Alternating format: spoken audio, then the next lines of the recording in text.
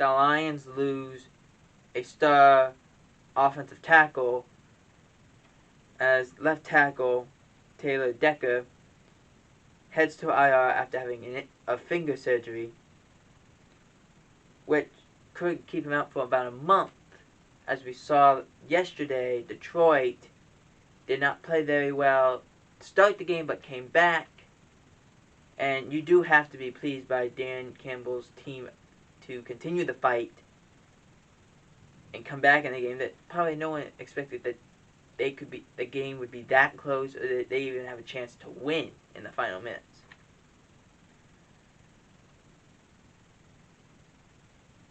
Eagles in starting left tackle Jordan Malachi. I'm sorry if I pronounced the name wrong. I believe it's Malachi. Gave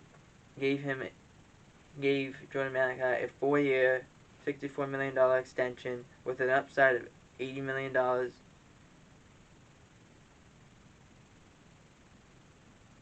It could reach up to $80 million, $40.85 million guaranteed. It was a good move. You keep the best guys around to help out Jalen Hurts. It's very smart. This is what teams do all the time. You gotta keep these guys around to help out your team. Very smart.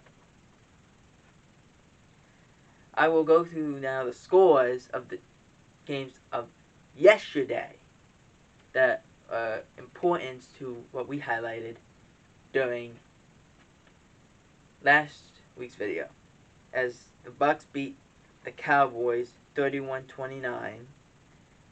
The Dolphins beat the Patriots 17-16. The Chiefs beat the Browns 33-29, and the Rams beat the Bears 34-14.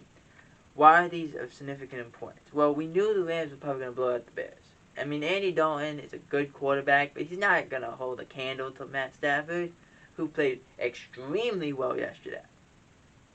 I think finally he's got a team around him that he can succeed with. He's got one of the strongest arms, so he fits that offense perfectly. Tampa Bay versus the Cowboys, and the rest of these 3 games, all close games. All ended by 4 points or less. When the Chiefs beat the Browns were winning that game. They ended up turning the ball over 3 times in the final 2 quarters, and that's how the Chiefs got back in the game and eventually won the game. So you do have to praise Mahomes' heroics, but you also have to blame the Browns for turning the ball over 3 times in the last 2 quarters. If you look now at the Dolphins versus Patriots game, the Patriots outplayed the Dolphins in the second half, but the Dolphins played fairly well throughout the game in terms of their defense. They did not let New England score. They completely shut that down. New England scored 1 touchdown. The rest were field goals. The Dolphins did everything you asked. They got turnovers. They gave their offense more and more opportunities to score. It just didn't happen. But again, divisional games usually are always close games. This was only by 1 point. It's kind of shocking.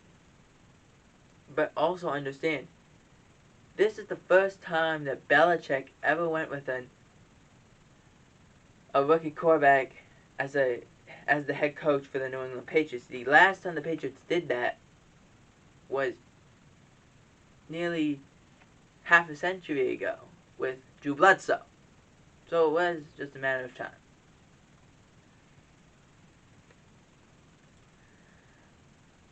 But again, Mac Jones didn't play terrible. Played fairly well, 29 of 39. Just, it didn't work out in the end. That's all. He didn't turn the ball over, which is good. He made some key plays. He got his tight ends involved.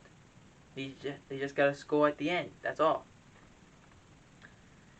Now finally to the Tampa versus Dallas game. this game, I was pleased with as a Cowboys fan. Tom Brady obviously did what Tom Brady thinks. He obviously did. We know that. He came back. He won the game in the last drive. The Cowboys kicker, Greg Zuerlein, did miss some kicks. He missed 2 field goals and an extra point. But Dak, and this is the reason why I love Dak Prescott. He takes responsibility for the whole team.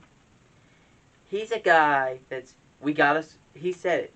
Well, it was a good game, but we got to score touchdowns in the red zone. That's all he had to say. It took all the pressure off the offense, the defense, everything. We got to score. It put more pressure on the offense, but it took all the pressure off the players who did not play very well. It took the pressure off Anthony Brown, who played terrible. It took the pressure off Zuerlein, who missed kicks. And who he owned up to it. He very much owned up to, yeah, if I do my job, we win that game. But the same goes for everything. We have to score once we get inside their 10-yard line. We have to score touchdowns. That's what Dak was saying. Now everyone's like, oh, the Cowboys should run the ball more. They gotta run the ball more. They gotta run the ball more. And this is ESPN's fault for saying that. You can't. If they're a good defense, it's hard. You can't blame everything. It's week 1. Having said that, Dak played awesome. Tom Brady was Tom Brady. Ezekiel Elliott, I want him to get the ball more. I mean, 11 carries, 33 yards isn't going to do much. But you can't run the ball against a team with a great front 7. But I think people forget. Zeke Elliott was such a great blocker. Half the time, he was just blocking. And he blocked fantastic. He was blocking. It was incredible. He blocked Devin White multiple times. He blocked Levante David multiple times. He just did it. And the Cowboys had a great plan. Get the ball out of Dak's hands quickly. To start the game, they were running screen pass after screen pass after screen pass. Just get the ball out of Dak's hands.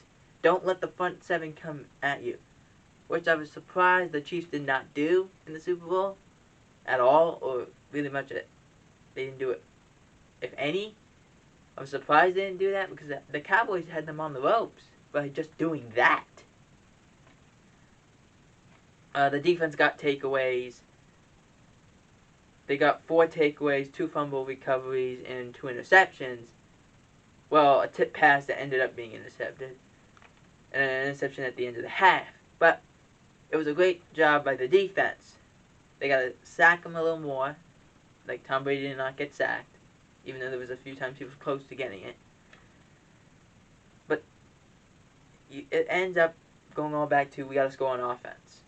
We can't force our kicker to try and have to make kicks. So we win games. We got to score on touchdowns. As I said, Dak Prescott was amazing. Tom Brady was Tom Brady. But the unsung hero, I think, for the Cowboys, on the offensive line, I believe, was Connor McGovern. I entered this game thinking, we don't have any chance. We have no chance on this front. If we don't play very well, we're not winning this game. And I came out and I was like, wow, Connor McGovern might just be the best plug-and-play guy you put in. I completely forgot. He dominated Ndamukong Suh. He dominated Ndamukong Suh to the point that Ndamukong Suh was not getting through him. And Ndamukong Suh was having to run all around everyone.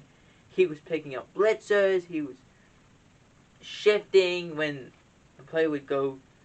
When you had the defensive end to go do a stunt play, he'd swap to the defensive end. He did a very good job. He even stopped Vita Vea on a few plays. Vita Vea is just a monster in terms of the defensive line. I think he did fairly well. And when I brought up in a previous video that the Cowboys should move Zach Martin to tackle, I bet you a lot of people said, well, who's going to play guard? Connor McGovern. That guy just mauled everybody. He just stood there. And the thing that I liked about Zach Martin when he came out of college, and when he got better and better and better, not just because you plug and play him any ways you wanted, you couldn't beat him. Try. Go ahead. He just stop you. And I started seeing that once he started locking up Fletcher Cox on a consistent basis. And then he did it to Aaron Donald against the Rams. And I was like, okay, here we go. And so, when I saw him do it, when I saw McGovern do it against Ndamukong Suh, who's been in the league a long time, 13 years, I was pleased by the game that Connor McGovern had.